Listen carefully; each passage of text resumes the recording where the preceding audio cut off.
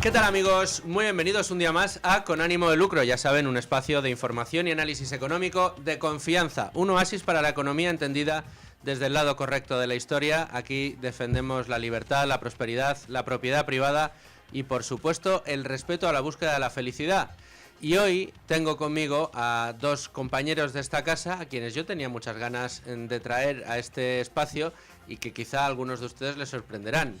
¿Qué hacen Dani Palacios y Juanma González, par, impar, en Con Ánimo de Lucro? Lo vamos a averiguar enseguida.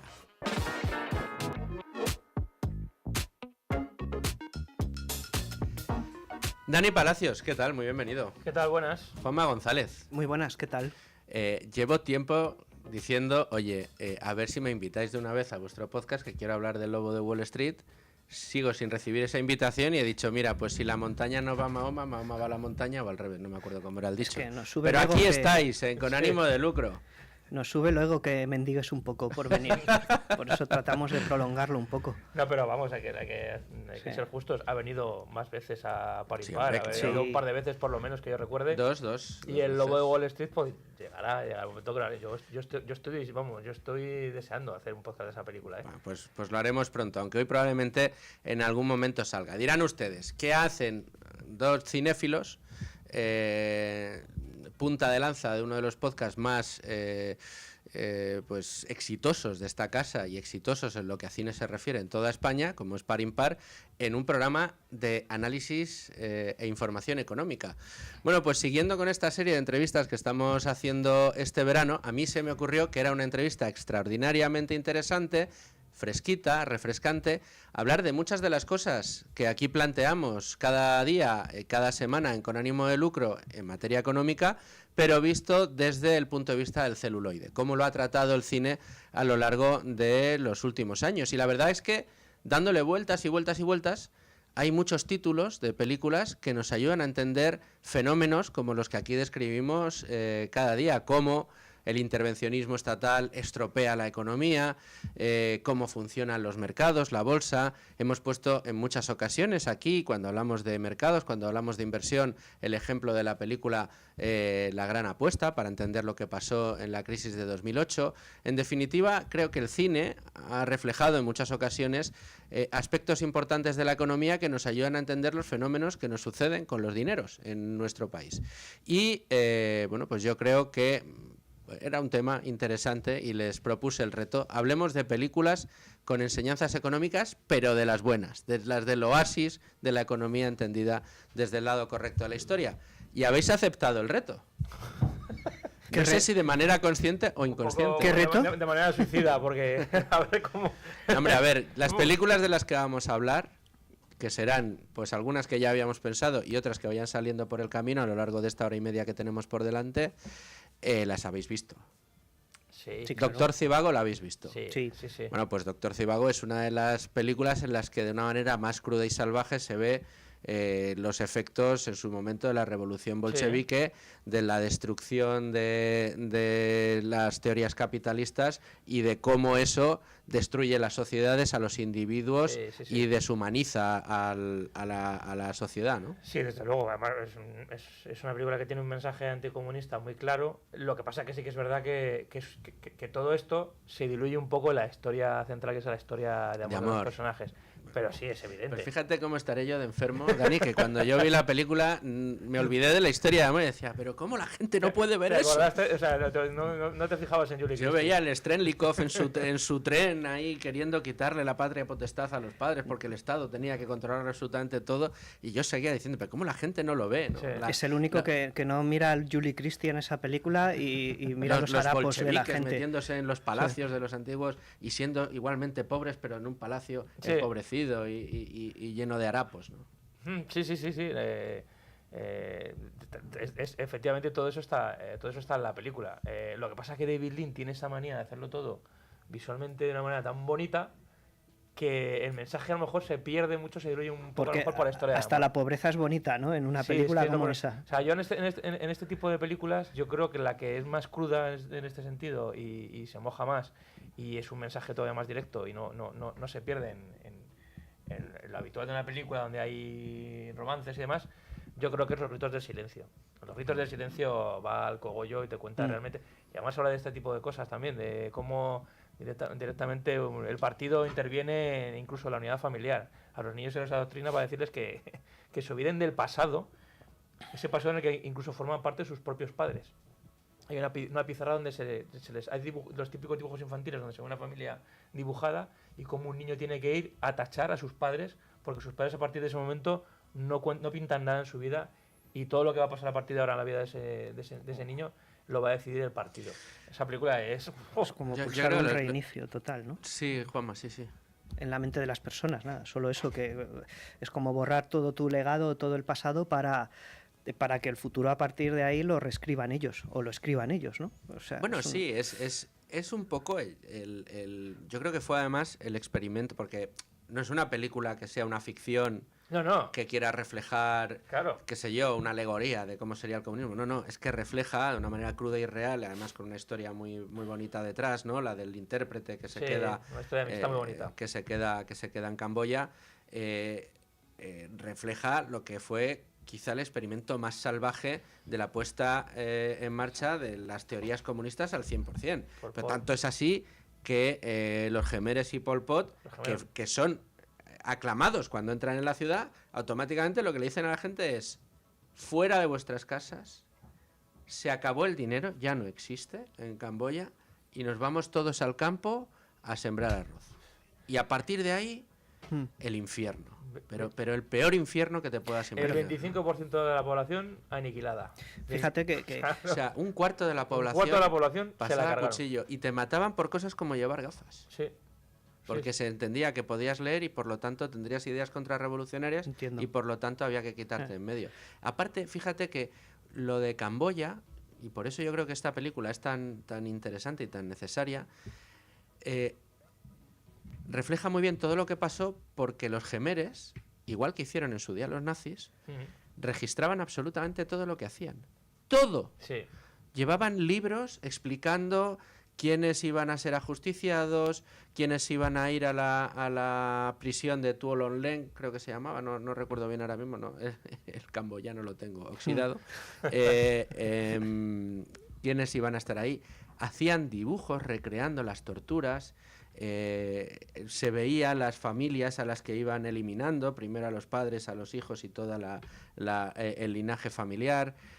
Todo lo que hacían iba quedando registrado, que es uno de los motivos por los que el desastre de Camboya está tan bien descrito en esa película, por el motivo por el que todos los desastres de la socialdemocracia nacionalista, el nacionalsocialismo de Hitler, está también registrado también en el cine, con películas donde se ve perfectamente cómo es la vida en los campos de concentración, porque igualmente los nazis llevaban un control muy alemán, muy germánico, de todo lo que hacían. Final de qué hay que hacer y cómo hay que hacerlo. ¿Y por qué precisamente en el lado soviético del asunto, digamos, el extremo que se toca en los polos con el nazismo, que fue el comunismo de la Unión Soviética, no hay tantos registros, de hecho no hay registros, y hay muy pocas historias de cine que sean capaces de reflejar de hecho, con crudeza lo que sucedió sin en la ánimo Unión Soviética. Sin ánimo tampoco de comparar ni de tirar por esa vía, nosotros los que vamos a los estrenos semanales tenemos casi un chiste, entre comillas, que es como, bueno, ¿cuál es la película del nazismo de esta semana? ¿O cuál es la película del Holocausto? De la guerra civil. Exactamente. Sí. Pero de esta temática concreta y con esta orientación o con esta descripción de a lo que tiende esa ideología también, apenas encuentras. Quiero decir que son como pepitas de oro en ¿Qué película en un hay del panorama? gran salto adelante de la China de Mao, que no se cargó a 10 millones o a 100, no me acuerdo, 20 millones de personas creo que murieron en el Claro, en el es que encima tú piensas que encima toda esta ideología venía apoyada desde Occidente por ejemplo, con campanillas con mayo y fuegos artificiales. Con mayo del 68, donde hay películas como y cineastas tan importantes como Jean-Luc Godard que apoyaba todo esto y hacía películas apoyando, limpiando, poniendo la cara bonita de todo esto. Entonces es difícil, no hay tantas películas anticomunistas. Es más fácil de romantizar para una película todo ese material que el de otras catástrofes. Pero es más similares. fácil de romantizar por cuestiones meramente sectarias, casi te voy a decir ni ideológicas, porque las historias que hay detrás, las historias que se narran en el libro negro del comunismo, quizá junto con el libro de nuestro jefe, de Memoria del Comunismo, 100 años, 100 millones de muertos, donde se recoge mucho de lo que viene en el libro negro del comunismo, ahí se narran algunas escenas que son extraordinariamente cinematográficas. Lo que pasaba en la Unión Soviética cuando decidieron retirar el grano y matar de hambre a media población, cuando se comían al hijo del vecino. La gran hambruna en Ucrania. Eso tiene una película y la habrá seguramente, pero serán películas pequeñas y que pasan y que casi están desconocidas. Y no te quepa duda de que si cae en manos de muchos ahora se convertiría en una metáfora del capitalismo, pese a ser justo lo contrario. Claro. Sí. Se lo llevarían a ese otro territorio que, como digo, es mucho más fácil de fabular y de vender la moto, que me imagino que en cuanto te vas al ámbito político o al económico de las cosas, no al artístico o al de puro entretenimiento, pues es mucho más fácil ver por tu formación o por tu manejo de ciertas informaciones que cuál es la manipulación que están ejerciendo, ¿no? Luego hay otra, por eso yo creo que son tan importantes estas películas que estamos comentando, ¿no? Porque son las que reflejan, porque ni siquiera aquel experimento, o sea, vamos a recordar los gritos del silencio, en inglés Killing Fields, son realmente el área de Camboya donde se iban llevando, ni siquiera a enterrar, donde iban colocando en fosas comunes a los... Esa película visualmente tiene momentos muy impactantes. A los muertos, sí, pero va al meollo. Te cuenta la historia de amistad entre el intérprete y el periodista norteamericano, que cuando entran los gemeres tienen que salir todos y precisamente por las prisas en las embajadas, la gente intentando entrar como quemando los documentos, saliendo corriendo, y precisamente por las prisas al final el intérprete se queda y tiene que sufrir, ¿no? Hasta que consigue su amigo, el periodista, rescatarlo. Esa es la historia de amor que hila todo lo demás, pero el paisaje que le rodea es la revolución de los gemeres y es la auténtica atrocidad que se vivió en ese país. Y luego yo vi una película que no recuerdo cómo se llama, que hizo Angelina Jolie de directora, también sobre el desastre de Camboya, que lo intenta hilar todo a través de los ojos de una niña, que refleja mucho la crudeza que se vivió en el país, pero no es capaz de alcanzar el nivel de Gritos del Silencio de Killing Fields.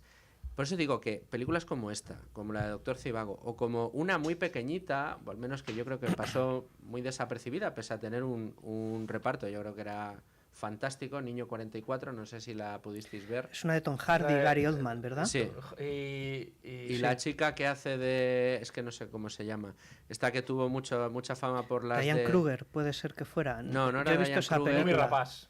La chica de... La chica de de Millennium. los hombres de que aman Millennium, a las mujeres, o Sí. no sé qué, la que hacía la de Millennium. Lisbeth Salander, sí. Lisbeth Salander, eso es. Que es la mujer de Tom Hardy en la película. Es muy curioso, no sé si fue hablando con vosotros o con algún otro compañero, no, sería con otro compañero, hablando un poco de las películas que quería hablar con vosotros en el programa de hoy, le citaba esta, y me decía, sí, esta es la de Gary Oldman, que es un nazi. Porque la estética que hay en la película parece que es un nazi, pero en realidad es un agente soviético que va a un pequeño pueblo a perseguir a otro agente soviético que había caído en desgracia. Pues yo creo que esa película refleja de una manera muy salvaje todo el miedo que existía alrededor de poner en duda, fíjate, de poner en duda que la Unión Soviética era el paraíso en la Tierra. Bueno, en el paraíso en la Tierra no podía haber abusos a menores. Y sin querer tu compañero ha puesto el dedo en la llaga de por qué hay más películas de una cosa y no de la otra. La verdad es que el nazismo es muy estético. O sea, es muy atractivo de representar, no fácil, pero tiene una marcada la estética la cuidaban, simbología. Pero la estética, la simbología la cuidaban tanto los nazis como en el otro lado del telón de acero. O sea, tú tienes que ver simplemente las campañas publicitarias que eran al final las películas que hacían desde la Unión Soviética, y veías que la estética la cuidaban muchísimo. Incluso los carteles son muy parecidos. El cine soviético es visionario. Fíjate, las películas de Eisenstein como están cuidadísimas. Y y además con un objetivo muy claro que es que propagar una idea. Claro, porque el lenguaje cinematográfico se articuló para el años posteriores y cinematografías posteriores ahí. El montaje publicitario que hemos visto en 200.000 spots publicitarios anunciando productos se inventa con Eisenstein y el acorazado Potemkin. Eso es un anuncio. Sí. O sea, esa concatenación de planos y ese lenguaje cinematográfico es la base de cualquier anuncio que veas ahora mismo en la tele. Que es para venderte algo, o sea, curiosamente. Sí. O sea que... Pero fijaos en esta película, yo no sé si estaba en Netflix, yo ya no recuerdo dónde la vi.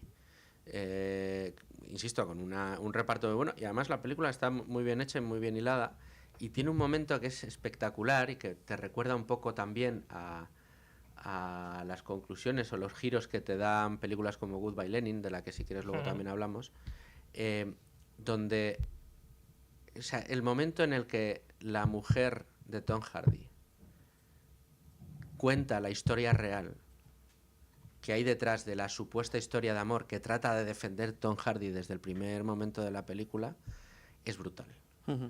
Es brutal, porque habla del miedo y habla de una sociedad absolutamente enferma en la que tenías la horca colgada al cuello y se podía estirar y matarte en cualquier momento. Y sientes ese agobio, parecido al agobio de la vida de los otros, aunque yo entre la vida de los otros y Goodbye Lenin, me gusta más Goodbye Lenin. Me parece que tiene una lectura mucho más llamativa, ¿no? Como sobre todo el final, ¿no? No sé si destriparlo para el que no lo haya visto, pero eso en Par Impar sí lo hacéis, ¿no? Vamos, continuamente. a los 10 minutos de empezar el Pues podcast. aquí, puesto que es ¿cómo se llama esto? ¿Un crossover? Un crossover, esto es un crossover. Esto es un crossover. Sí, ¿no? un crossover total.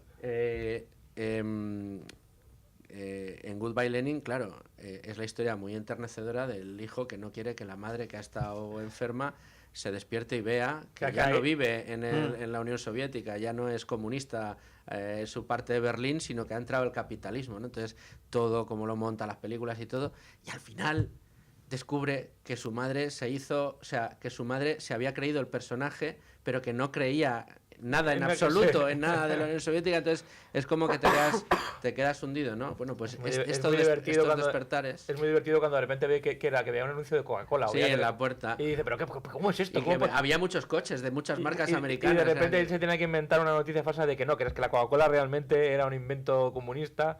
La Coca-Cola se inventó realmente no sé en qué lugar y entonces nos pertenecía. Es tener dos personalidades. Cuando abre la ventana y ve que hay coches a dolor en las calles y que hay mucho tráfico y mucha vida y tal. No, esto es que, joder, todos los de la Alemania occidental han querido venir al paraíso y entonces han abierto la puerta y han entrado todos aquí a disfrutar de nuestro paraíso comunista.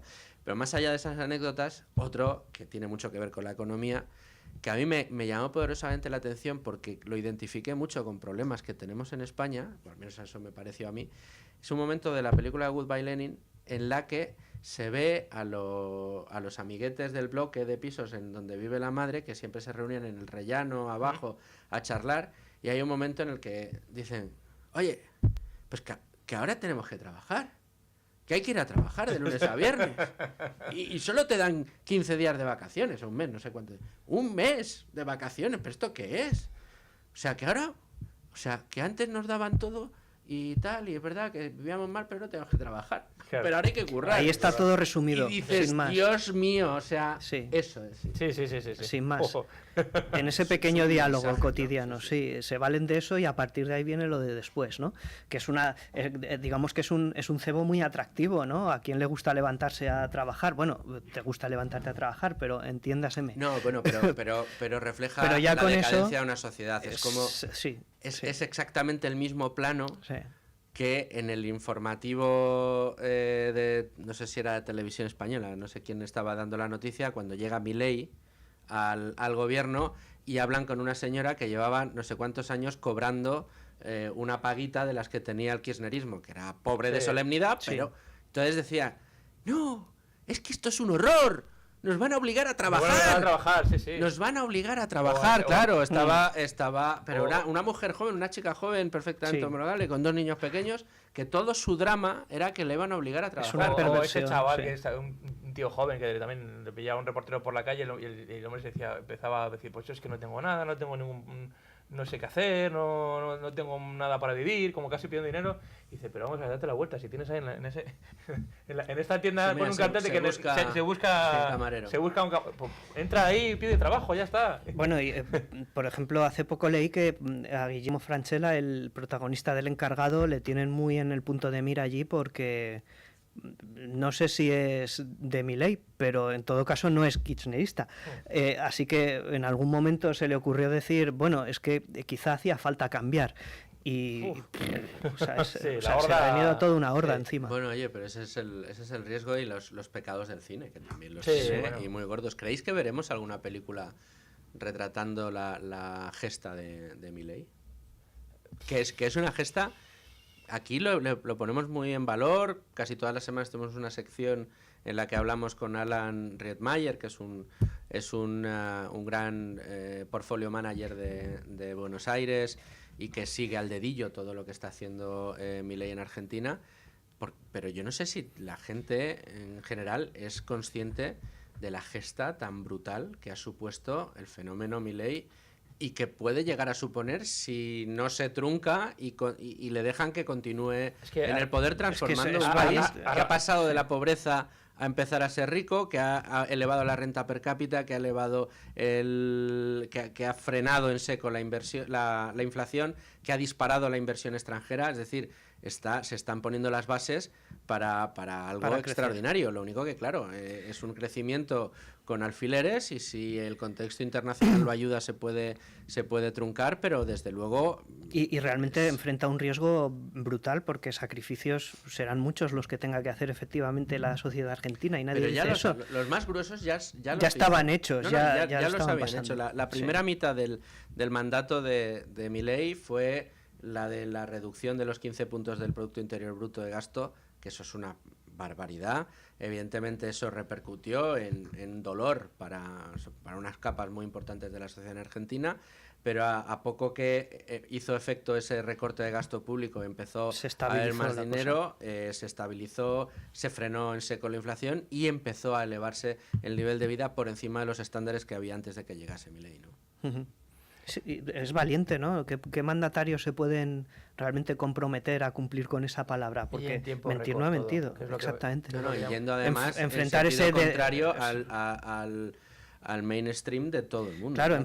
te enfrentas a un profundísimo desgaste que te puede llevar a realmente estar ahí muy poco tiempo, Pero la como Casa Rosada. todos los datos que están saliendo, todos los números que están saliendo, le están dando la forma, le están dando la razón en tiempo récord, es que hasta el más incrédulo en su momento, incluso gente afín, que podía estar un poco, estar de acuerdo con las ideas de Milei, cuestionaba que esto fuese una fórmula de éxito, está reconociendo que los números le dan la razón. O sea, que efectivamente todos los cambios que ha traído Milei a Argentina están funcionando. O sea, que tiene una película o una serie, sin duda. Claro que lo tiene, sobre todo todo el proceso.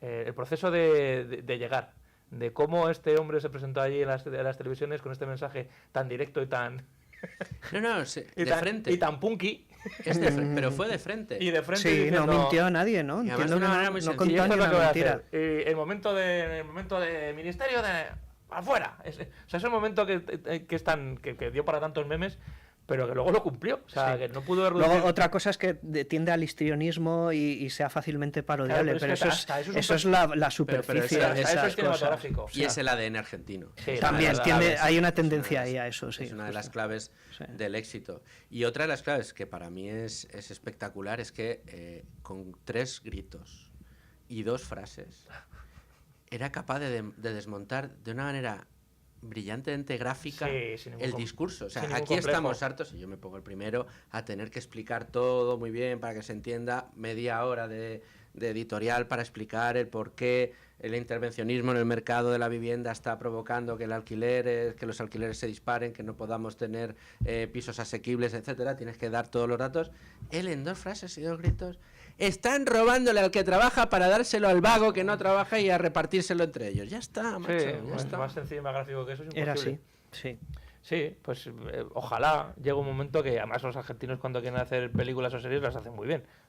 Solo hay que ver el éxito del Eternauta o tantas otras películas. Ha habido polémica con la financiación del Eternauta, que yo creo que efectivamente sí que ha tenido financiación pública, pero obviamente como es un producto Netflix, todo ha venido, o casi todo, o gran parte de ello, de una compañía privada. Bueno, pues ahí también se han pegado. Lo digo porque el Eternauta ha tenido mucho éxito a nivel mundial y particularmente en Argentina, donde es un fenómeno, porque es una historia muy popular allí y que realmente habla en términos de ciencia ficción de la historia política y de la represión en Argentina. Y a partir de ahí pues se ha abierto el debate que aquí conocemos también muy bien en ciertos momentos de si esto está financiado públicamente por ese ministerio que decía que no iba a poner dinero para esto, pues mira, al final lo ha puesto, y de dónde viene, y si no viene de otros países, cosa que por otro lado también es normal en una producción de una cierta gracia, de un cierto tamaño. Pero el dinero es privado, ¿no? Entonces han dicho, mira, hemos creado un hit mundial con dinero de Netflix y algunos se han molestado por ello, ¿verdad? Y eso que es una serie que tiene, quiero decir, que aboga por una revolución colectiva y popular. No es particularmente de derechas la serie, pero aún así viene de una gran compañía privada. Y parece que ha sorprendido absolutamente a todo el mundo allí que se haya generado un éxito de esa escala, sí, con dinero privado y no con inversiones públicas. Hombre, que es como debería ser. Es como debería ser. Exactamente. Sí. Bueno, aquí esto es otro debate que siempre hablamos, por ejemplo, de la industria del cine en España, de cómo cambió, cómo se dejaron de hacer películas que eran rentables para hacer películas subvencionadas enfocadas a propagar un mensaje muy claro. Propaganda. Sí, propaganda. Entonces, pues... bueno, y siguen haciéndose. Se siguen haciendo, pero por suerte... Bueno, se siguen haciendo y se siguen escuchando los mensajes de... aquí lo que hace falta es mucho dinero para el cine, para que podamos hacer las películas que queramos. Necesitamos dinero público para hacer películas. Se estrenan del orden de 10 películas muy pequeñas españolas en cines a la semana, que tienen una cantidad de espectadores. ¿Por qué hay que darle dinero a estos ricos de mierda para que hagan películas que nadie quiere ver? Sí, tal cual. Para que sigan siendo millonarios y sigan haciendo películas que no sean películas sino que sea propaganda, que es al final lo que buscan determinados regímenes. Pero volviendo un poco a las pelis, Dani y Juanma, hemos mencionado Doctor Zivago, hemos mencionado Los gritos del silencio, Killing Fields, hemos mencionado El niño 44 y Goodbye Lenin. ¿Tenéis en vuestros listados, en vuestros recuerdos, alguna otra película que desde este punto de vista, yo sé que es difícil pediros que lo hagáis desde el punto de vista más económico, porque sé que no es lo que estáis buscando cuando os enfrentáis a una película, pero alguna que os haya llamado poderosamente la atención en este sentido y hayáis visto mensaje más allá de lo que es la historia de amor del Dr. Zivago, por ejemplo, o de la calidad cinematográfica de la película? Pero sí que haya tenido mensajes que hayáis dicho. Hay un montón de thrillers del telón de acero que realmente te hablan de la situación de penuria y sobre todo de las herramientas brutales de control político y violencia soterrada que puede tener un régimen así. Y eso lo hemos visto, pues a lo mejor desde el punto de vista de una película de espías que quizá a lo John le Carré no le das tan importancia a ese trasfondo, pero ese trasfondo está ahí y motiva ese tipo de historias. Y yo creo que las seguimos viendo, ¿no? Quiero decir que siguen siendo un enemigo temible e invisible casi. Eso de la Guerra Fría ha terminado, se está empezando a recuperar el tema de la Guerra Fría cultivada de otra manera en las películas, pero vamos, incluso te retrotraes a las de Jason Bourne hace 10 o 15 años y mira dónde se desarrollan la mitad. Al final el enemigo viene de ahí o de una reacción extrema por parte de otra parte para combatir ese enemigo, pero en todo caso es algo que ha pasado del primer nivel de debate o de actuación política a uno segundo, pero que sigue guiando todo lo demás. The Widowmaker sería otra. K-19, buena peli. Pero ahí te lanza el mensaje, bueno, sí, cierto, te lanza el mensaje humano de... Se quiere ir. Y de unos soldados que están completamente... No, me estoy equivocando. La caza del Octubre Rojo. La caza del Octubre Rojo de Sean Connery, que es el soviético que se quiere ir. Pero luego está la de The Widowmaker, que no recuerdo. Harrison Ford, K-19, sí. Y Liam Neeson. Y Liam Neeson. Que eran soldados que se sacrificaban por una patria que no les devolvía en absoluto nada de lo que estaban dando, que les obligaba a... Sí. Y eso que creían más o menos ciegamente en ello, ¿no? Creo recordar. Sí. Tengo un poco lejana esa peli, era buena, la verdad, buena Estaba peli bien de esa película. A mí me submarinos. llamó mucho la atención. Me estoy acordando de una Sí. película familiar de Disney de principios de los 80, cuando Disney estaba totalmente de capa caída, que se llama Fuga de Noche. No sé si la No, recordáis. esa Me no suena, la me tengo. suena. Película del director es de Berman y los protagonistas son John Hart, Beau Bridges, que eran los padres de familia, y eran dos familias que vivían en Berlín Oriental, que construían un globo para huir hacia Berlín Occidental. Ya me acuerdo. Sí, es de esta época extraña de Disney que hacían películas como Natty Gunn, o películas dickensianas efectivamente. de niños huérfanos Pero y pobreza y un poco más duras de lo que pero asocia esta uno película a que Disney. comenzaba, me Sí. acuerdo, con un chaval intentando ir al otro lado del muro y cómo le fusilaban de una manera cruda. Dices, ostras, espérate, que estoy viendo una película de Disney Sí. del año 81 que me está contando una historia real que sucedió apenas 2 años antes. Y ver cómo esas familias se empiezan a conchavar entre ellas y decir, vamos, tenemos que irnos de aquí porque efectivamente aquí no tenemos futuro. No puedo ver a mi hermana que hace 15 años que no puedo ver, que está simplemente a 300 metros, pero está muy separada por un muro. Y deciden, oye, pues, ¿qué podemos hacer? Si intentamos pasar esta valla de manera simplemente normal, escalándole, pasando nos están esperando unos tíos con unas ametralladoras y nos van a fusilar. Construíamos un globo y era la única manera de pasar por encima, y lo consiguieron. O sea, lo mejor de todo es que es una historia real y lo consiguieron. Bueno, es Disney, tenían que conseguir. Es Sí, Disney, porque por si no, supuesto, no. pero a mí me llama la atención que Disney en los años 70 o años 80 se metieran Sí. en este tipo de dramas, en una película incluso familiar, o sea, que hay son dos familias, que hay los adultos son los que toman decisiones, pero hay un montón de niños, los hijos, que se van a montar en el globo y van a pasar al otro lado del muro, ¿sabes? ¿Esta la habrán censurado en Disney Plus, tú No crees? está en Disney No está Plus. ni siquiera, ¿no? ¿No está? Y eso no que es de está Disney. en Disney Plus, yo no está, yo la estaba Por Dios, buscando. que no es Canción No, del Sur ¿Y cómo tampoco. se llama? Fuga de noche. Fuga de Sí. noche, Fuga de noche, sí, efectivamente. Y esto recuerdo alquilarla en el videoclub en los años 80 y claro, es de estas cosas que un niño de los 80 no conoce las historias del otro lado del muro hasta que lo ves en una película. O sea, si no es así, no te enteras de nada.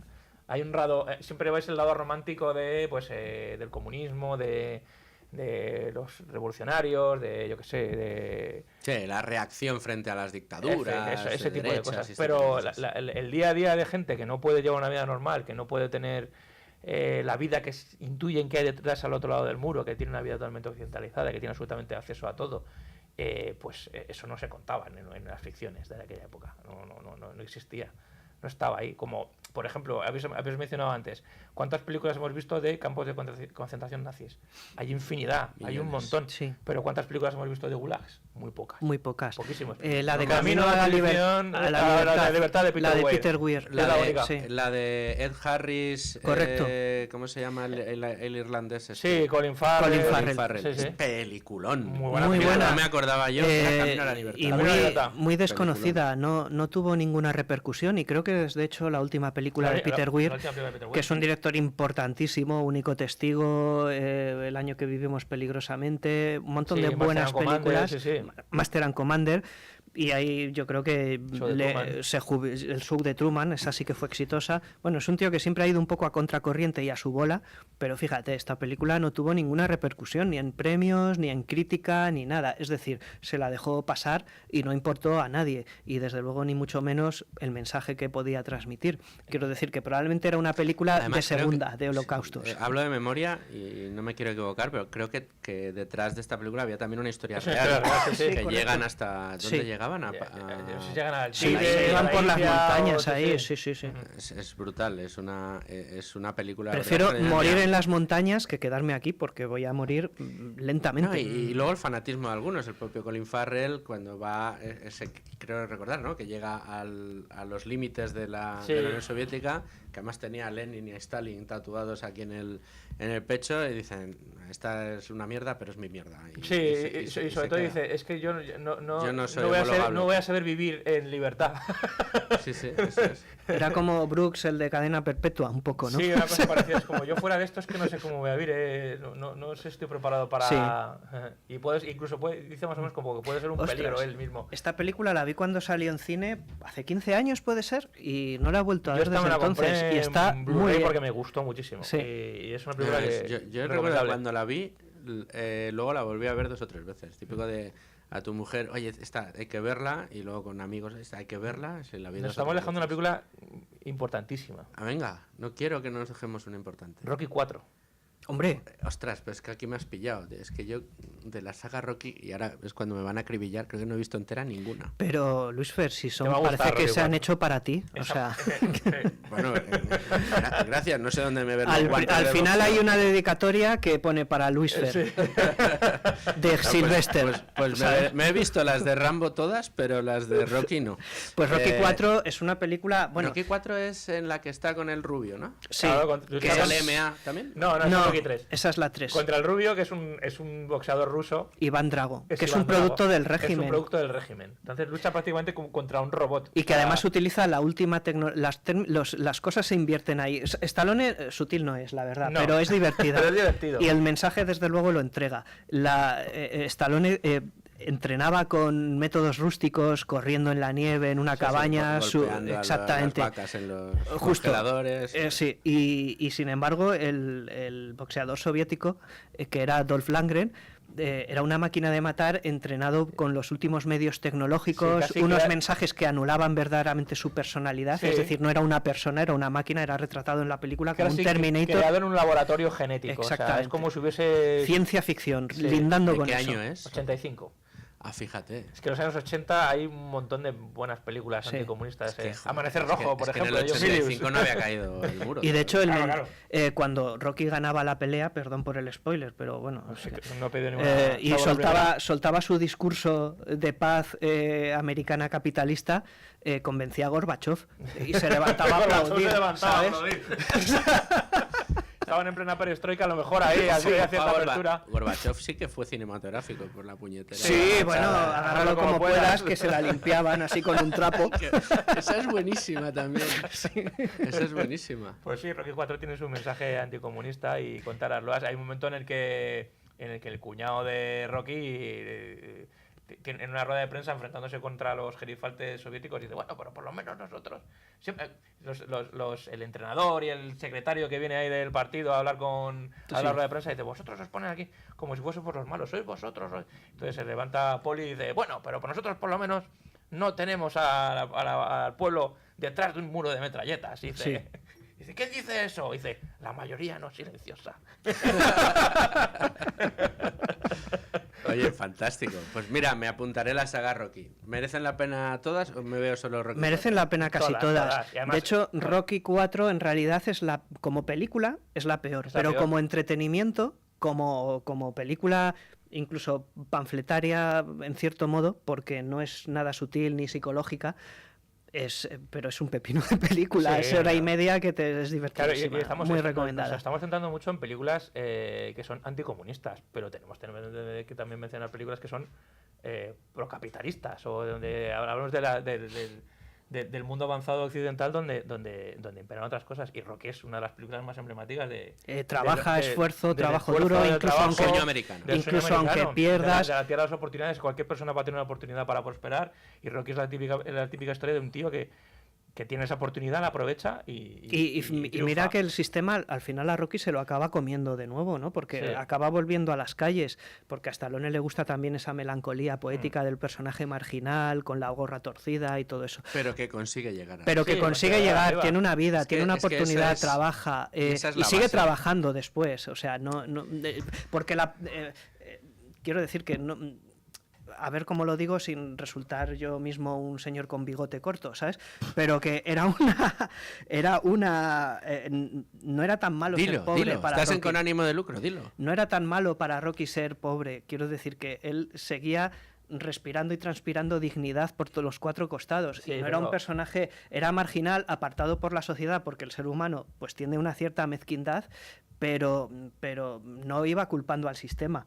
de todos sus errores, daños No, o, yo creo que o de hecho, circunstancias. por lo que comentáis y lo que ha hecho Stallone en otras películas, pone en valor eso, Esfuerzo pese a todo. el ascensor social. Exactamente. El que tú tengas siempre un ascensor que si lo quieres coger te lleva arriba.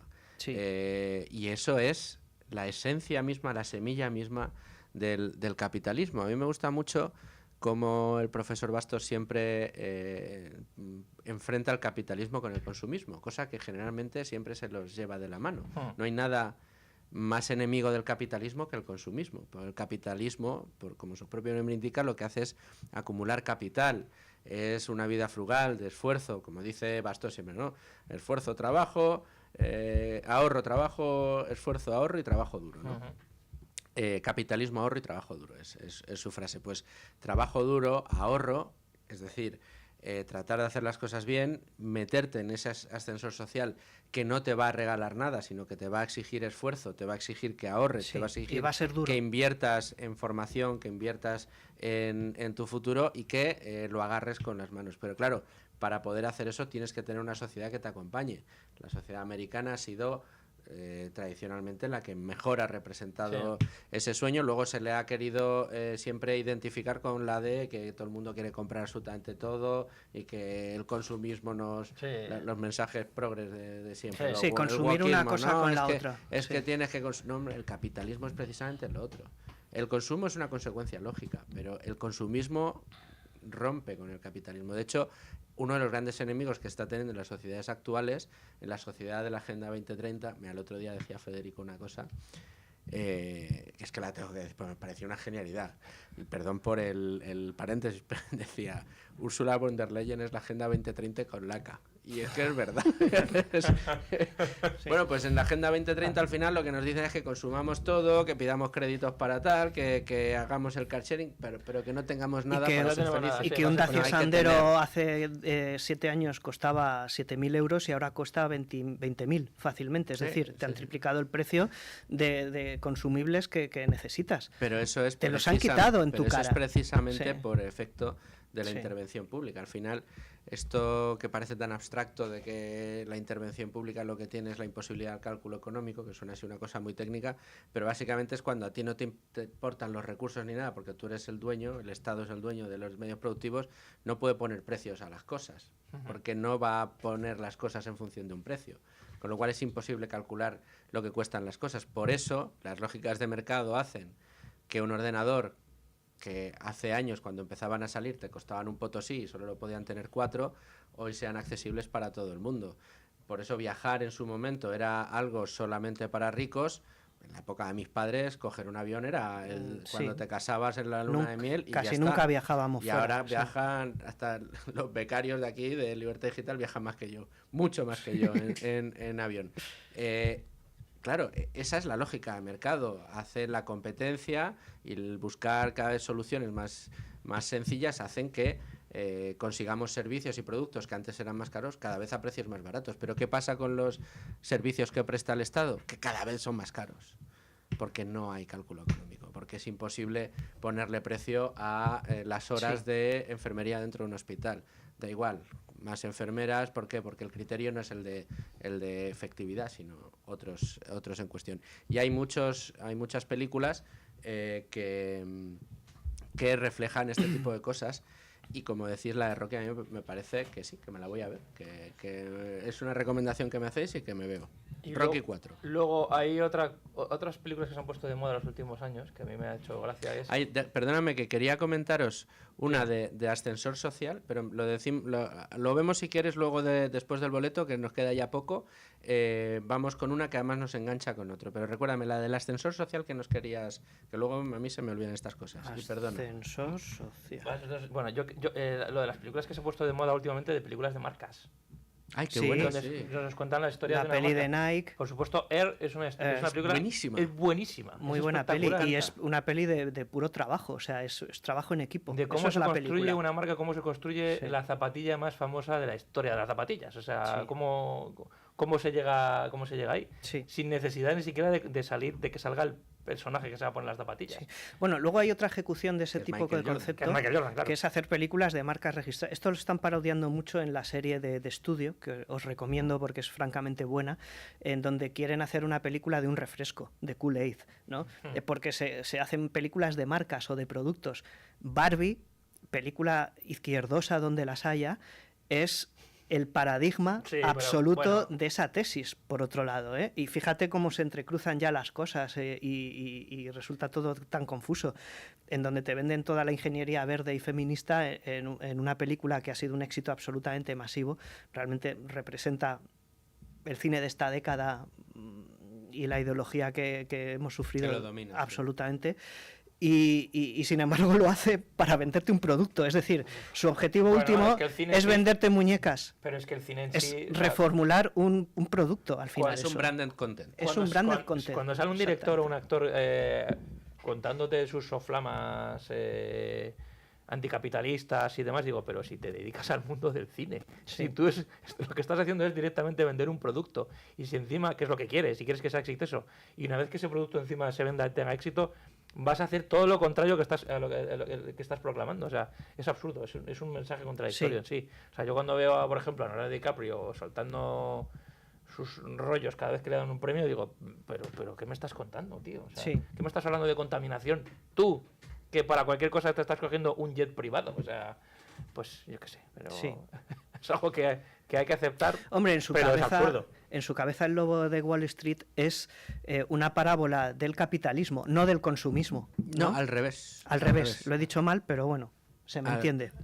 Al revés. De hecho, mira, spoiler para el día que Claro, me invitéis. pero en su cabeza es lo El día que es. El día que me invitéis. Sí.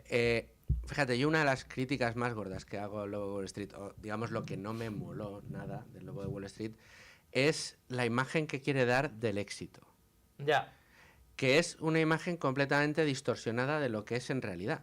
O sea, también depende del personaje, porque estamos viendo que para los socialistas el éxito son coca y putas, Sí. básicamente, cocaína y prostitutas, pero que es básicamente a lo que se dedica Leonardo DiCaprio cuando consigue el éxito. Bueno, aparte de comprarse un yate, pero está todo el día en orgías con mujeres y poniéndose cocaína hasta las orejas. Y además comprando todo, gastando el dinero como si no hubiera un mañana, langostas a gogo, en fin, todo lo que son la representación del lujo de aquellos años. Pero el éxito real está por encima de... O sea, quiero decir, esas son actitudes más típicas del nuevo rico que del hombre que se ha hecho a sí mismo y que ha querido llegar a la cima. Ese tipo de comportamientos no lo vemos en el dueño de Nike, en la película Air, por ejemplo. Que de cuando hecho es un consigue el tío pelotazo que bastante consigue. risueño y descreído, ¿no? Ben Affleck. Ben Affleck. Ben Affleck, Era- sí, era- ¿no? sí. Y como medio parihuela ahí, el hombre que Sí, se voy a una especie de- comer, a un correr, coche sí. morado, ¿no? En la Tenía- reunión sí. última, cuando está con la familia, que no sabe ni qué hacer, ni cómo ponerse, ni dónde sentarse, ¿no? Sí. Tiene ahí una situación un poco más complicada, pero sí, ¿no? Es curioso, pero el tema del Lobo de Wall Street, Ya si me queréis sé. lo tratamos un poco mejor después, porque me acabo de acordar de otra que es muy importante para estos temas que quería yo hablar en el programa de hoy con vosotros. Jolín, pero llevo tiempo, y por no mirarlo en el ordenador, esta que hizo Christian Bale siendo Batman, que es una revolución con juicios sumarísimos. La de Adam McKay de La Gran Apuesta. donde hacía- No, Batman de entonces, Black de Rise. Sí, la leyenda. Ah, de Dark, Renace. sí, la The última Dark de Knight Batman. Rises, esa, de Dark, ¿cómo es? sí, El Caballero Oscuro, la leyenda esa, renace. Que Es el Caballero la Oscuro, te- la es leyenda una te- renace. sí, ahí Batman metió... contra los sublevados de Wall Street. Sí. Batman contra el 15M. Contra el 15M, sí, Que sí. lo dice siempre Monedero. Porque tiene Moneda, pero razón. es que es verdad. Y efectivamente. Y lástima, Monedero, pero es que lo que representan ahí en el 15M es el riesgo y el peligro de que llegue gente como tú al poder. Está descrito a la perfección. Que son... Súper bien hecha. sí, que son tiranos panfletarios totalmente, Y que ves se cómo- basan ves en Los cómo tiranos de las frases panfletarios que hechas. pasan a cuchillo. Sí, ¿no? Sí. Y que empiezan a Claro, expropiar. es la revolución bolchevique La en revolución Wall Street. bolchevique, porque en vez de meterse en el Palacio del Zar, se meten en los áticos de la Quinta Avenida. O sea, Eso es. y vais cómo se va metiendo en las grandes casoprones de la Quinta Avenida de Nueva York, Sí. en este caso Gotham, y cómo de repente una turba empieza pues eso, pues a saquear las casas, o sea, directamente. Y cómo directamente luego hay un juicios sumarísimos. Como sucedía en la Revolución Francesa. En el que no había posibilidad de salvación. Era o te recargabas culpable y te ibas directamente te ibas a sufrir una pena que puede ser una pena de muerte o pudrirte en la cárcel, o pasar a atravesar un río helado en el que evidentemente no tenías salvación y te ibas a morir igual. O sea, es tremendo, pero se refleja, yo creo que se refleja muy bien. Sí. En esa película es otra... Con el espantapájaros haciendo de juez, que es uno de los villanos de la primera película, de las primeras películas de Batman. O sea... El espantapájaros que da un miedo terrible. Sí. Y me gusta mucho, lo decía yo antes, a mí me recuerda mucho también al imaginario que hay en la construcción que tienen del propio juicio sumario, con varias capas de gente. Recuerda mucho a los que había en la Revolución Francesa, ¿no? Sí. Cuando empiezan a pasar a cuchillo absolutamente a todo el mundo. ¿Creéis que fue que lo persiguieron a posta esa imagen? Yo creo que Nolan, sí, Nolan y sorprendió. Yo creo que mucha gente bajó a Nolan de un pedestal precisamente por esta película. Creo que, ¿de qué año es? 2012, 2011. Yo creo que toda esa crisis económica que hubo en 2008, 2009, el crack y los movimientos sociales, aquí tuvimos también nuestra ración de ellos en La Puerta del Sol, no se esperaba que Nolan fuese tan a cuchillo en la boca contra eso. De hecho, probablemente se esperaban la cosa contraria. Sí, además algo tan reciente.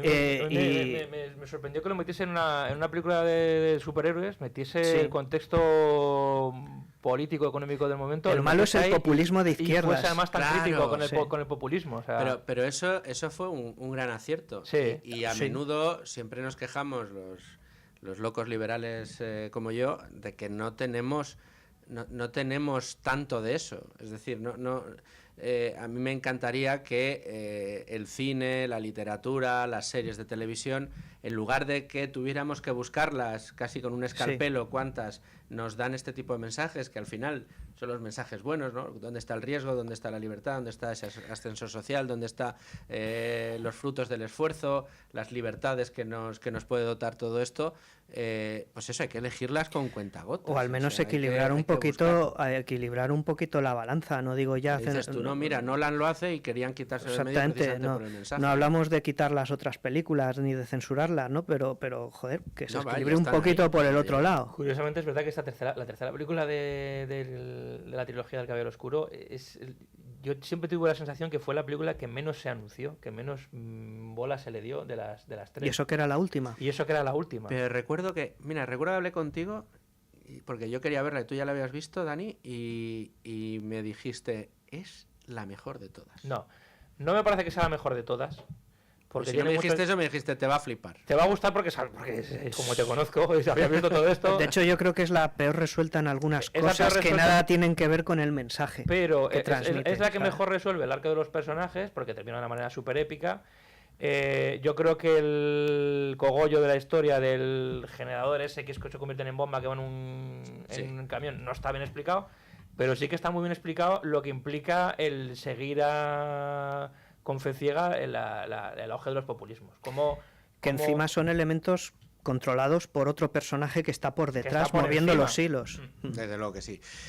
Pausita, nos vamos a escuchar el boleto informativo y seguimos aquí con Dani y con Juanma. Seguimos Con Ánimo de Lucro en este programa especial, en esta serie de entrevistas, y que hoy he tenido el enorme placer y tengo el enorme placer de contar con dos amigos y compañeros de la redacción. Como os decía al principio, con el podcast de cine más exitoso de España y uno de los podcasts más exitosos de esta casa. No pongas esa cara, Juanma, porque es verdad, no hace más que daros premios, llenáis cada vez que hacéis un directo fuera. Es falsa modestia, tranquilo. Vale, bien. Verán quienes nos sigan por YouTube que nos falta Dani, ha tenido aquí su momento, pero creemos que le dará tiempo a volver antes de que terminemos. Y quería, Juanma y yo, hablar también de películas que tienen que ver con el mundo de las finanzas. Mira, quería hablar de dos cosas todavía. Una, de películas que no se han hecho, y estoy pensando, por ejemplo, en Corea del Norte.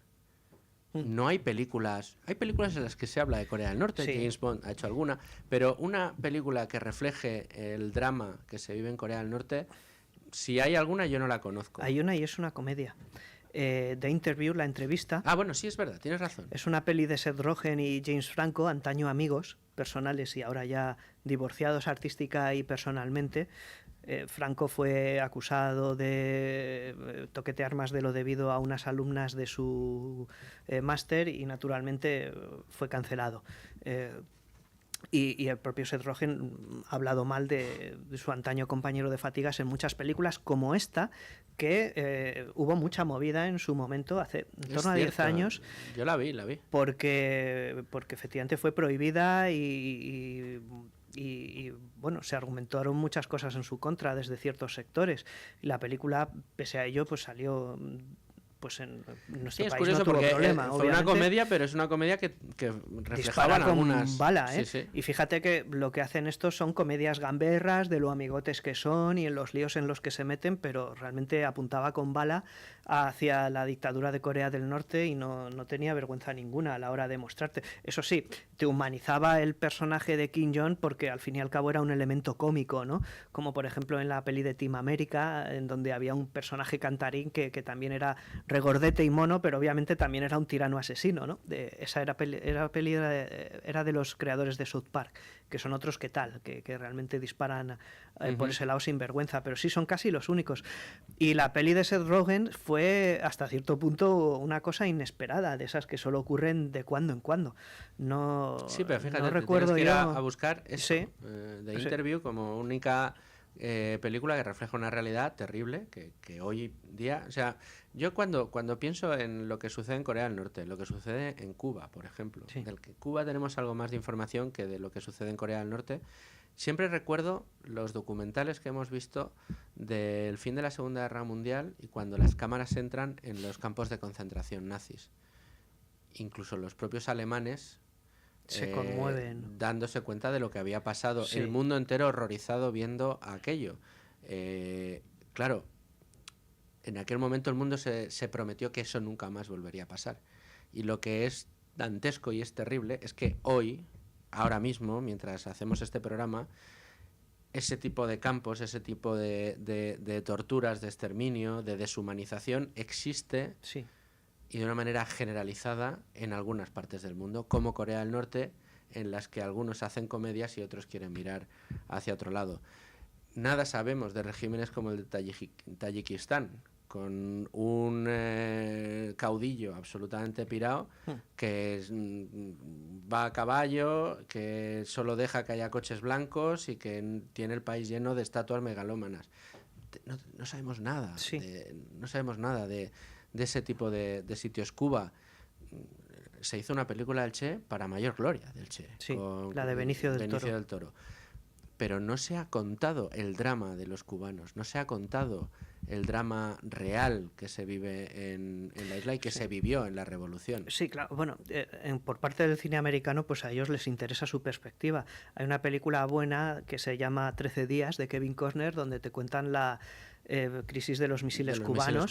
Sí. No tuvo ningún éxito en su momento, te lo adelanto, pero sigue siendo una muy buena película. Obviamente la perspectiva es la que es y no está dedicada al drama del pueblo cubano, sino a contarte en tiempo real una crisis política que a punto estuvo de acabar con todo. Pero en todo caso ves el peligro de lo que hay aquí, ¿no? Y de los vasos comunicantes de todas estas dictaduras, que obviamente es como un sistema corrupto como el que tenemos ahora en el gobierno, ¿no? Es una cosa paralela, una estructura que está camuflada de otra, pero que es lo que es. Y desde el principio así lo fue. Y en esta película te quedaba claro y diáfano, con toneladas de espectáculo bélico y de intriga política, ¿no? Era de Kevin Costner la peli. Y tuvo una buena distribución, no es difícil de encontrar, ¿eh? ¿No la habéis visto? Yo recuerdo haberla visto, pero sí, hace muchos años. Hace muchos años, sí, exactamente. Y era esa un película pipiolo y no me enteraba de estas cosas. Pero la perspectiva cubana yo creo que son más bien cosas románticas, como la de la película de animación de Fernando Trueba aquí, de Chico y Rita. En realidad es presentarte siempre Cuba como si la fuera cubana como una suerte de sitio paradisíaco, tropical, colorido, como donde va, todo el mundo sí, es feliz, es de nuevo, ¿no? Como los dibujos de Kobe de Barcelona 92, paraíso, por sí. aquí, como si fuera lo mismo, exactamente. Sí, la riqueza musical, sí, obviamente, riqueza musical, pero probablemente precisamente la gente se expresaba todo lo que no podía a través de la música, ¿no? Y te lo presentan como que todo fue una eclosión cultural gracias a todo aquello, ¿no? En vez de una vía de escape, que probablemente asumo que es lo que fue realmente. En fin. También echo de menos que Hollywood haya querido, pero vamos, lo entiendo perfectamente por cómo funciona Hollywood y cuál ha sido el mainstream dominante en Hollywood, biopics, que han sido, hubo una época que todos los años había 2 o 3 biopics. Sí. Reconozco que no me gustan nada esas películas, me A aburren mí tampoco, son sota caballo rey total, ¿verdad? Pero nunca se ha hecho un biopic de un Ludwig von Mises, Sí. nunca se ha hecho un biopic de un Hayek, nunca se ha hecho un biopic de algunos de los grandes pensadores de las ideas de la libertad que ha tenido el mundo, ¿no? Bueno, hace poco se hizo una peli de Helen Mirren de Warren Golda, Buffett. la líder israelí, ¿no? Que es una precursora de la lucha contra lo que bueno, y se estamos hizo viendo uno ahora de mismo Thatcher, también, pero es verdad que también sí. tuvimos uno de Thatcher, hemos tenido varios de Churchill, Y también es cierto pero que es más idea- ligado a la sí. zona, al tema bélico. Y- El de Thatcher está muy bien porque también es verdad que narra muy bien la lucha contra los sindicatos y cómo una Sí. tendera es capaz de, y que de sacar sí, eso va adelante. a contracorriente. Sí que es cierto, y a lo mejor aquí pues un poco me meto en un fregado, tampoco son las mejores películas, ¿eh? Quiero decir que son un poco No. tienden a es un género que tiende a la geografía, no me importa la tendencia política que traten de manifestar.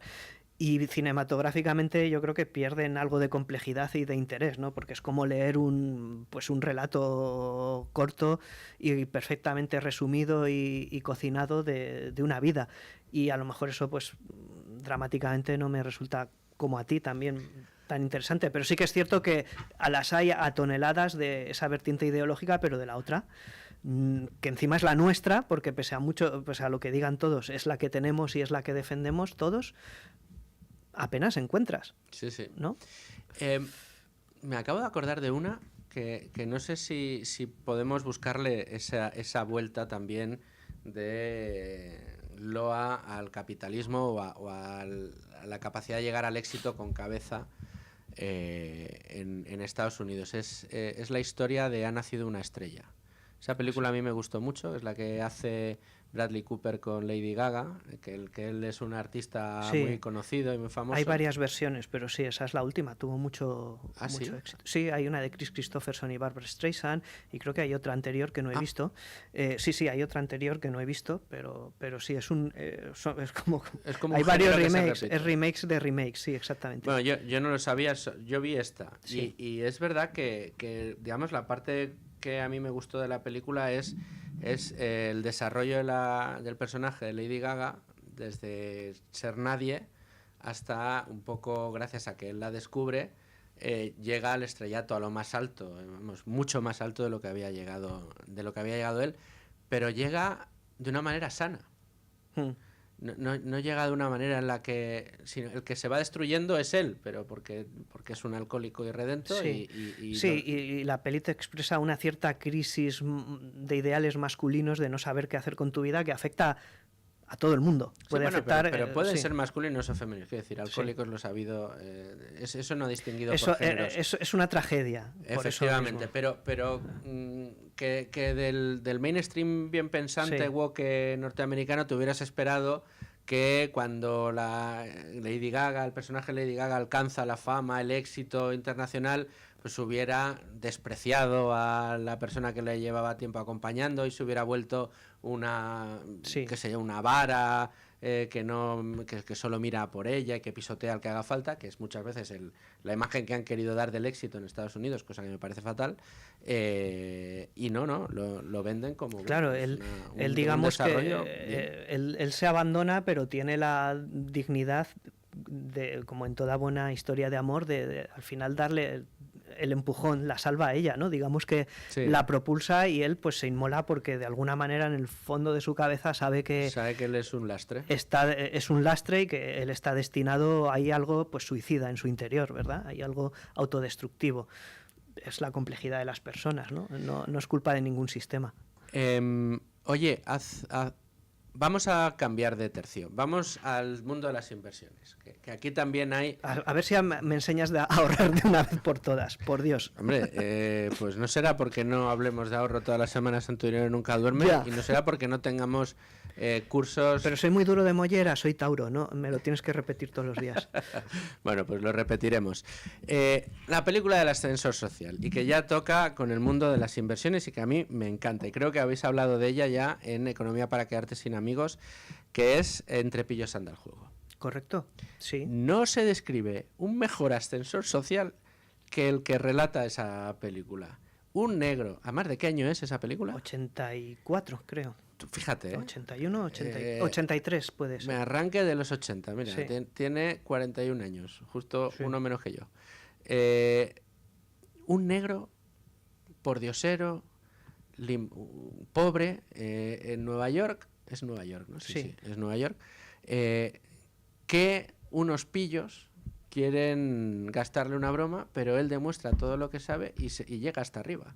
Es una de las lecturas que tiene Sí, la película. y esos pillos son aristócratas de rancio abolengo que obviamente son lampreas del sistema, ¿no? Y que los sabotean para enriquecerse ellos y luego encima no gastan un chavo en nada. O sea, son pues la representación de algo antiguo, obsoleto, ¿verdad? Sí. No, y que nada tiene que ver con los méritos, Exacto. con la meritocracia, Sí.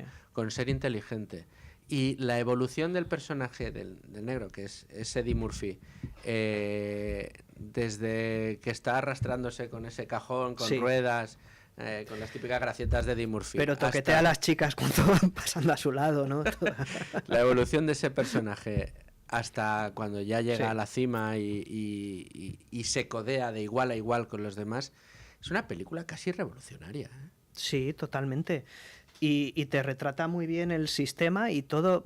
Yo creo que es la escena. Fíjate que es retorcido para una cabeza que no entiende demasiado bien todo eso de compra, vende y todas estas jugadas estratégicas de antes de abrir la bolsa hacer tal cosa, pero te lo refleja como con una meticulosidad de película de intriga. Quiero decir que es el mecanismo del cual ellos se van a valer para volver a crecer y para destruir a sus enemigos, ¿no? Aquellos que les han enterrado en vida. Para entender cómo funcionan las operaciones apalancadas en bolsa. Exactamente, la película te lo explica de una manera muy transparente, aparte de que te hace un choque social, que es una herramienta cómica porque no deja de ser un contraste como el hecho de que Eddie Murphy sea negro y el otro blanco y pijo, pues es un choque de caracteres que te provoca la risa y para eso está la peli. Pero al final colaboran, cooperan. Correcto.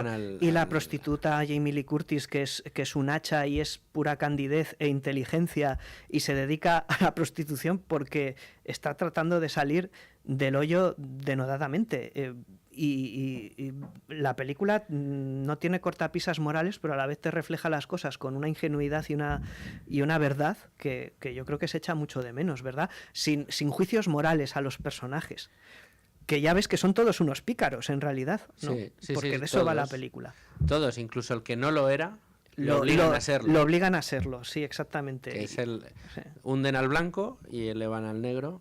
Sí. Y el que no quiere ser pícaro, que era el blanco, lo termina siendo. Pues es una película que, para entender un poco del mundo de las finanzas y para entender un poco cómo operan las acciones cuando las compras de manera apalancada con productos como las opciones o los futuros, es muy evidente, ¿no? Pues al final... luego además tiene una lección muy buena, la del final, que todo el mundo entra en pánico y quiere vender, y ellos lo quieren comprar todo, y de repente se da la vuelta al mercado y todo el mundo quiere comprar y ellos lo venden, pero al precio... Sí. Bueno, entonces, digamos, los que se forran son... Que era de una materia prima absurda, o sea, era una cosa mínima. Zumo de naranja, sí, exactamente. Zumo de naranja congelado, me parece que era la materia prima, que además para especular con materias primas, ojo, no es fácil para nada. Pues esa película a mí me gustó mucho y creo que tiene muchísimo sentido. Otra de las que hemos hablado, pero casi fíjate, me niego a hablar de The Big Short porque ya hemos hablado muchas veces de La Gran Apuesta. ¿Qué te parece si hablamos de Margin Call y rematamos un poquito con El Lobo de Wall Street? Perfecto. Margin Call, ¿la entendiste? La entendí, es el relato de la gran crisis financiera. De Lehman Brothers. Además, la película bastante pegada a los acontecimientos reales. Y sí, sí, la película te lo explica de una manera diáfana. Realmente es todo fruto de personas que obraban en su propio nombre, no de ningún sistema. Entiendo que eran estafadores de alto standing, no verdaderos financieros. Es decir, las buenas finanzas no son eso, son personas que robaban directamente. Bueno, robaban directamente y no, o sea, digamos que son personas que arrancan con un sistema que era la de la paquetización de cédulas hipotecarias, que no deja de ser pues ir cogiendo paquetes de pequeños créditos que luego van siendo cada vez más grandes porque se unen a otros paquetes y eso se empieza a comprar y a vender y además le das una calificación crediticia muy alta y empiezas a construir productos financieros a partir de esa materia prima, que son los créditos hipotecarios. Entonces, ahí digamos lo que empieza a ponerse en duda es si aquellos que estuvieron más implicados en ese tipo de actividades sabían y conocían realmente el subyacente que había detrás de esos paquetes y si eran conscientes realmente de que, digamos, el rey estaba desnudo, de que debajo de eso, porque es verdad, en la gran apuesta se ve muy bien que hay mucho financiero que está operando con ese tipo de activos y sigue convencidísimo de que es un triple A, que es un producto ultra seguro. Inconscientes de la estafa. Sin querer descubrir un poco lo que Michael Burry, que es el gran inversor que aparece reflejado como Christian Bale en esta película, en La Gran Apuesta, cuando descubre, digamos, que el pastel, que se pone a analizar, ese típico friki que está analizando hasta el último dato y se da cuenta de que todas las hipotecas que están detrás de esas cédulas hipotecarias no valen nada, ¿no? Se están impagando de manera sistemática, ¿no? Entonces hay un grupo que se va, lo investiga y mientras, bueno, pues más gente alrededor que empieza a ver el pastel. Sí. Pero cuando quiebra Lehman Brothers, fíjate, a mí lo que me llama la atención, creo que el personaje es Jeremy Irons. Sí, es el jefe, ¿verdad? El jefe, sí. Que mi sensación, no la tengo muy fresca, no la he visto recientemente, pero mi sensación es como que se entera del pastel casi al mismo tiempo que se lo están explicando y ahí sí es todo el intento de frenarlo o de salirse antes de tiempo para que no le estallen las manos, ¿no? Sí. Y digamos, ahí al final estalla. Y está muy bien la figura del analista, que está muy bien representada en un joven que se queda hasta altas horas de la madrugada. Creo que era Zachary Quinto, ¿no? El que luego hizo de Spock en Star Trek. Sí, puede ser, sí, es ese actor. Que se queda hasta altas horas de la madrugada analizando y se da cuenta y lo vuelve a analizar y lo vuelve a analizar y lo vuelve a analizar y le sale mal, ¿no? Y empieza... Luego hay un personaje también, empieza a llamar a sus amigos y a sus jefes y para contrastarlo y tal, y hay un personaje que me hace mucha gracia porque se aparece siempre en todos lados, que es el que va en el descapotable del amigo, dice, ¿y cuánto te ha costado este coche? Sí. Yo quiero este coche. Y además la película acababa con ellos dos en el coche también, que se volvían a casa después de esa noche de orga. Y estaba Kevin Spacey haciendo lo que mejor se le da a Kevin Spacey, que es interpretar jefes hijos de puta, porque es lo que hizo incluso luego en la versión cómica de Cómo acabar con tu jefe, ¿no? Psicópatas con corbata, dicho de otra manera. Y sí, era una película que estaba bien y la verdad es que lo cuenta todo de una manera muy clara. Te quedan muy claros los roles de quienes se cubrieron las espaldas y quienes provocaron y quienes... Esa película me gustó mucho, yo creo que explica muy bien aquello. Vamos a terminar con El Lobo de Wall Street a modo de aperitivo para el día que me llevéis a Par Impar a hablar de esta película. A mí me gustan muchas cosas de esta película.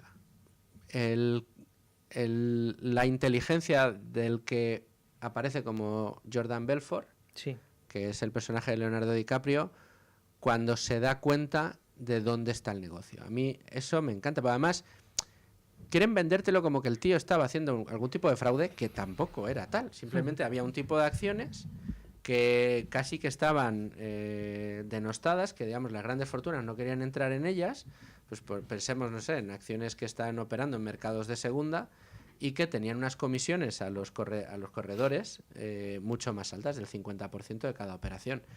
Entonces, claro, dijo, cuando empieza a operar en aquel broker de barrio que le dicen el 50%, el tío no se lo cree y entonces cierra 2 llamadas y cada día va ganando más y va ganando más y va ganando más, Sí. que es cuando entra el socio, el gordito este, que no Jonah sé cómo Hill. Jonah Hill.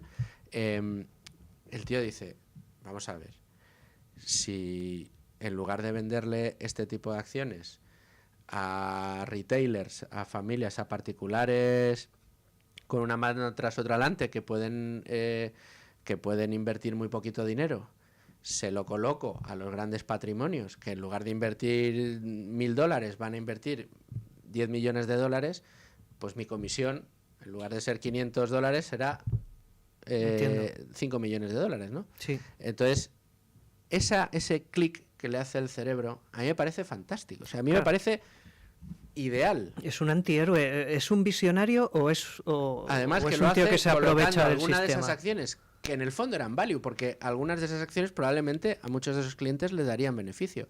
Y ¿cómo lo consigue? Estupendo. La parte negativa, pues cuando el personaje de... Ahí se me olvida el nombre de este actor, el que hacía lo de... Matthew McConaughey. Matthew McConaughey, cuando le dice que el secreto de Wall Street es seguir y seguir, y que lo último que importa es que tu cliente gane dinero. Bueno, pues no. O sea, eso está mal. O sea, esa es la mala praxis de la industria, y que existe, ¿eh? Sí. Que existe y es dominante en el mercado, porque hay muchísimos productos financieros que lo último que quieren es que el cliente gane dinero, o es lo último que les importa. Claro, por un lado el personaje te cae simpático porque es un tocapelotas del sistema, con perdón, y eso pues siempre agrada en cierto modo. Pero luego también pues es un antihéroe que lo pone al servicio de una mala praxis, como tú dices, ¿no? Y la película te lo cuenta con todo el exceso de una comedia grotesca, que es un poco la forma que le da Scorsese, que es un director que ya de natural tiende al exceso y a lo teatral, a un cuento moral, ¿no?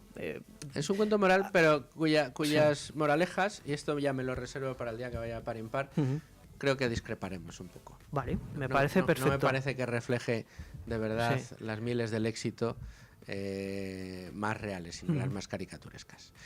Juanma González, no hemos tenido a Dani Palacios lamentablemente en esta segunda parte, pero no lo hemos pasado igualmente bien. Sí. ¿Me invitaréis pronto o no? Prontísimo, antes de que llegue el verano y nos vayamos de vacaciones Pero en si nuestro ya, avión. si ya y estamos en de nuestro verano y barco en particular. vacaciones prácticamente, Juanma. Ya, pero es que nos la cogemos tarde. Es que en agosto hay que trabajar. Lo tengo muy mentalizado, ¿eh? Pues En mira, agosto mola trabajar. estamos en julio, pues ya te digo que en Sí. agosto yo también voy a estar trabajando, así que por aquí nos veremos. Juanma González, muchas gracias. Venga, hasta luego. Hasta luego. Y ustedes, señores oyentes, muchas gracias por estar ahí en un nuevo programa especial aquí en Con Ánimo de Lucro. Yo les espero, como todos los días, a las 12 de la mañana hasta la 1:30 aquí en la sintonía de radio. Sean muy felices, amigos.